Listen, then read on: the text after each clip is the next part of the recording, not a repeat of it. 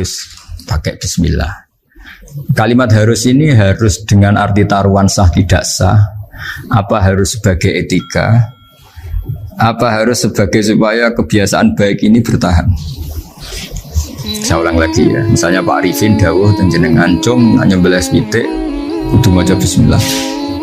Kalau kamu memotong hewan harus baca bismillah. Kata harus itu apa artinya syarat sah, sehingga kalau tidak baca tidak sah.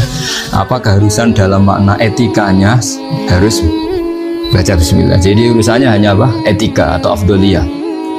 Atau kita tidak ingin kultur baca bismillah itu hilang, sehingga barang tidak wajib pun kita wajibkan supaya kultur baca bismillah itu tidak hilang. Nah, Imam Syafi'i itu milih yang tidak wajib, itu hanya urusan etika. Sehingga zabihatul muslim meskipun nggak baca bismillah, baik secara sengaja maupun lupa tetap halal ya, tetap sah, tetap halal. Tapi beberapa ulama mengatakan baca bismillah itu wajib dan menjadi syarat sah. Ya kira-kira karena pamit tadi, yang beri nyawa itu Allah, kok apa yang menghilangkan nggak pamit, sudah menghilangkan nyawanya ayam dimakan lagi. Wah itu selingkuhannya kan masih marah itu. Selingkuhannya, pacarnya, anaknya, cucunya itu kan marah itu. Tapi kalau pamit yang punya kan tidak. Coba kalau ayam cantik yang pas kamu sembelih itu lanangannya kan mangkel itu. Kalau kebetulan sudah tua kan karep-karepmu kan gitu. Jadi apa? Itu yang tahu Sarah. Saya ulang lagi, yang tahu Sarah, karena ini sudah jelimet. Sudah jeli, sehingga nggak ada kitab matan yang Indo kecuali disarai. Dulu ada kitab namanya Takrib karangannya Abi Suja, terus disarai kecil sekali oleh Fathul Qorib ya, oleh Ibnul Qasim Al-Huzi, terus disarai lagi oleh Bajuri. Jadinya Bajuri itu sudah sarhun ala sarhin warifin, sudah sarhun ala sarhin, bukan sarhun ala matnin tapi sarhun ala sarhin. Nah, kenapa memang kita butuh itu? Saya ulang lagi, kita butuh itu. Nah, kenapa butuh? Ya karena mau tidak mau.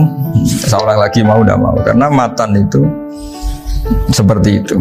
Misalnya matan cerita, yang dikatakan menyembelih itu apa? Ya nyembelih itu ya nyembelih. Nyembelih itu memotong hewan. Terus motongnya dari mana? Kalau kamu motong hewan dari mana coba? Dari belakang atau dari depan? Dari mana? Depan misalnya. Pertanyaannya, ketika dari depan itu paling penting terpotong al-hulkum wal mari misalnya. Yang satu majrur to'am, yang satu majrur ruh, ya gitu, majrur nafas. Tapi andekan dari belakang gimana? Tapi tetap terpotong. Mulai ribet kan? Kalau kubu sebelah kan enak, pokoknya nggak sunah Rasul seperti itu, nggak mau debat. Tapi kita nggak, cara berpikir nggak gitu. Ini kan status hukumnya halal apa haram ketika ada orang motong hewan dari belakang. Nah, terus kita berdebat kan, mesti berdebat itu mau dibilang haram, nyatanya memenuhi syarat apa tadi pemotongan, hukumnya kena, amarinya kena. Mau dibilang halal, jangan-jangan pitiknya sudah pingsan, sudah mati karena dogrok-ogrok dari belakang. Nah, itu terus ulama debat, nah, kan mungkin juga, ya kan, pitiknya sudah setengah kena corona, pingsan terus, ya kan, sudah pingsan terus digorok. Nah seperti ini mau tidak mau kita harus detail. Detail artinya yang dikatakan menyembelih itu apa? Ya nanti tak bacakan, tapi kita beri Bajuri ya, sekaligus ijazah untuk jenengan semua. Saya tadi alhamdulillah ketemu Pak Arifin lama, ngendikan panjang lebar tentang pentingnya ilmu. Yang dikatakan menyembelih adalah mematikan hewan yang hidup dengan kaifiyah syariah. Saya ulang lagi, mematikan hewan yang hidup dengan kaifiyah syariah. Nah kalimat hidup ini mulai masalah. Hidup yang apa? Misalnya ada hewan, saya sering kalau ngaji cerita, ada ayam jago ketandang mobil, ketabrak mobil, kejet-kejet, nggak kamu sembelih pun 1 menit lagi pasti meninggal. Ini kan hanya koordinasi prosedur saja. Karena prosedur ayam mati harus kejet-kejet, nggak boleh nggak langsung peletas mati, nggak boleh. Nah pertanyaannya, ketika kejet-kejet ini kamu sembelih, itu halal apa enggak? Wong andikan tidak disembelih juga sudah mati. Artinya enggak, penyembelihan ini kan enggak memberi kontribusi pematian tapi enggak ngefek. Makanya terus ada perdebatan, ada hayatun mustaqirrah, ada hayatun ittirariyah, ada harokatu masbuh. Itu kalau nggak sarah nggak bisa. Lalu pertanyaan nakalnya begini, saya itu betul pernah ngalamin itu. Wayam jago itu kan mahal, apalagi kalau Bangkok kan. Saya pas jalan-jalan sama anak saya, sama jalan-jalan mau ke pasar itu di pertolongan dua rumah. Kusing halal tau orang, kadang tanya orang awam, bos halal kata saya gitu. Padahal andai kan dari disembelih ya pasti mati. Suatu saat ada yang mengkonfirmasi lagi.